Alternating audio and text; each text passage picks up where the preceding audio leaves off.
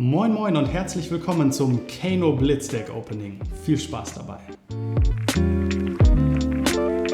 Wir schauen uns heute gemeinsam an, welche Karten alle im Blitzdeck von Flesh & Blood Kano drin sind. Aber vorab noch das Intro zu allen Blitzdecks. Ich habe nicht nur eins, sondern alle 6 neuen Starterdecks für Flesh & Blood von Blackfire und LSS zugeschickt bekommen. Vielen Dank dafür. Ich bin auch total gespannt, was uns in diesen Starterdecks erwartet und freue mich auch schon darauf, diese mit euch auszuprobieren. Denn wir werden diese Decks nicht nur aufmachen, sondern in zukünftigen Videos auch spielen.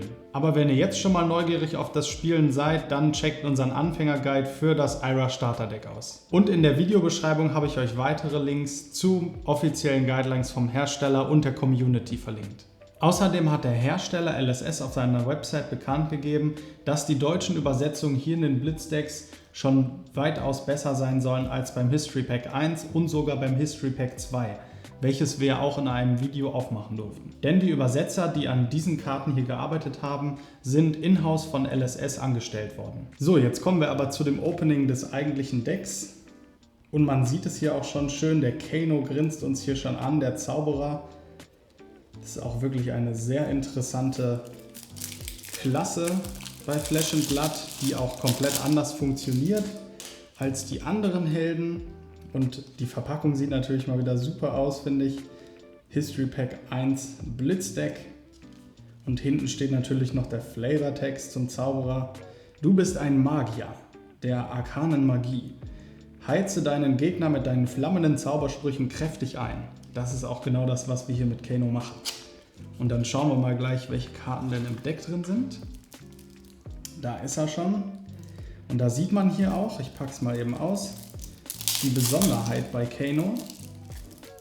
Denn Kano hat weniger Leben als die anderen Helden. Aber das hat auch seinen Grund, denn er hat einen wirklich sehr starken Effekt. Also Kano hat nur 15 Leben im Vergleich zu den anderen Helden, die 20 Leben haben. Und das liegt eben an seiner Fähigkeit, die wirklich sehr stark ist. Denn er kann seinen Effekt spontan einsetzen für 3 Ressourcen, betrachtet die oberste Karte seines Decks. Falls es eine Nicht-Angriffs-Aktionskarte ist, kannst du sie verbannen. Falls du dies tust, kannst du sie in diesem Zug spielen, als wäre sie spontan. Und das ist natürlich wirklich sehr stark. Also das zeigt einem schon, man kann mit Kano eben im gegnerischen Spielzug auch selber spielen, das natürlich sehr mächtig ist. Und dazu auch hier gleich der Zauberstab. Einmal pro Zug spontan, für eine Ressource kann man den nächsten Angriff um 1 verstärken. Also Tiegel des Äthergeflechts ist hier die Waffe der Wahl mit Kano. Und dann kommen wir auch schon zur Ausrüstung. Talismanische Linse gibt einem eben die Optionfähigkeit, also hier sich die 2 obersten Karten des Decks anzugucken. Dann Gewand der Verzückung.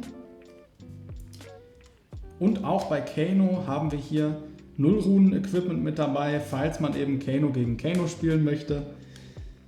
Mal schauen, ob wir das hier auf dem Kanal auch noch machen. Zauberer gegen Zauberer. Und dann haben wir noch die Magier-Meisterstiefel als letztes Equipment. So, und dann kommen wir auch schon zu den Aktionen. Da haben wir hier Ätherleuchtfeuer. Da sieht man also, das sind keine Angriffe hier beim Zauberer, sondern Aktionen, die er dann durch seine Fähigkeit als spontane Aktion spielen kann. Und die machen halt in der Regel alle arkanen Schaden, also man macht keinen physischen Schaden, so wie bei den anderen Helden, wo hier unten dann eben das Pfeilsymbol ist, sondern man macht arkanen Schaden, den man mit dem 0-Runen-Equipment mit Arkanbarriere verteidigen muss. Genau, aber die Karten haben auch alle einen normalen Blockwert. Dann haben wir Ätherspindel, auch eine wirklich starke Zaubererkarte. Und man merkt, dass auch die stacken hier schon so ein bisschen die Effekte. Also je nachdem, wie viel Schaden man macht, kann man hier eben sich Karten anschauen vom Deck. Dann haben wir Zurückstrahlen, auch 2-mal mit dabei. Also wie in allen Blitzdecks kann man da jede Karte bis zu 2-mal spielen. Und man hat eben auch noch die Option, unterschiedliche Pitchwerte zu benutzen. Also hier haben wir siedender Regen. Dann haben wir launenhafter Zeitmesser. Voltblitz, auch 2-mal mit dabei. Dann Stromschlag geben. Und dann kommen wir zu unseren gelben Karten. Also wir haben hier jetzt schon wirklich viele rote Aktionen gehabt und ich bin mal gespannt, wie viele blaue jetzt mit dabei sein werden, denn man muss ja auch die Fähigkeit von Kano bezahlen können und auch seine Aktionen selber. Da haben wir den Voltblitz in Gelb auch mit dabei. Wie man hier sieht, nun kann man 2 Ressourcen mit der Karte generieren. Stromschlag geben, auch in Gelb, und dann kommen wir schon zu den blauen Karten. Und ich denke, das ist hier auch eine gute Ratio, die man eben hier für den Zauberer auch braucht, um eben die Fähigkeiten wirklich optimal nutzen zu können.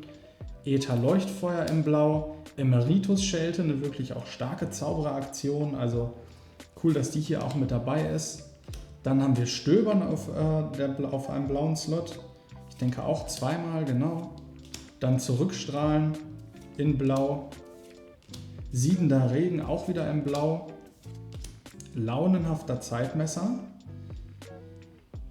Das ist auch oft so, man sieht das hier schon bei dieser Karte auch, wenn die Karten im gegnerischen Zug gespielt werden, dann haben die oft noch Zusatzeffekte, was wir uns natürlich dann auch noch genauer angucken werden, wenn wir mit den Decks spielen. Dann haben wir Stromschlag geben und dann, auch eine schöne Karte, Orakelgeflüster, die eben auch nochmal die Opt-Fähigkeit gibt.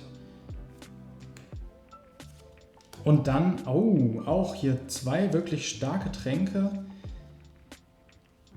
also 2 Gegenstände, die man in die Arena legen kann, um dann nochmal einen nächsten Zug etwas stärker ausspielen zu können, denn diese Gegenstände bleiben in der Arena liegen und die kann man dann später benutzen, was dann natürlich ein Vorteil ist, weil man hier zum Beispiel durch den Trank der Energie dadurch dann im nächsten Zug 2 Ressourcen mehr hat, oder hier eben den Trank der Wiederkehr, wie er jetzt hier heißt. Auch wirklich ein starker Effekt, den wir uns auch noch genauer dann im Gameplay-Video angucken werden. Und zuletzt noch die Deckstrategiekarte. Also man sieht ja auch, der Schwierigkeitsgrad für Kano ist auf jeden Fall sehr hoch, denn man muss hier schon wirklich genau wissen, in welcher Reihenfolge man wie die Effekte aktiviert, um am meisten davon profitieren zu können.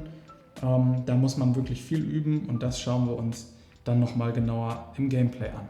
Danke, dass du bis zum Ende des Openings dabei geblieben bist. Abonniere den Kanal, wenn du weitere Flesh & Blood Videos sehen möchtest, wie zum Beispiel unsere Gameplay-Videos, die wir mit diesen Blitzdecks drehen werden. Also, wir sehen uns beim nächsten Video.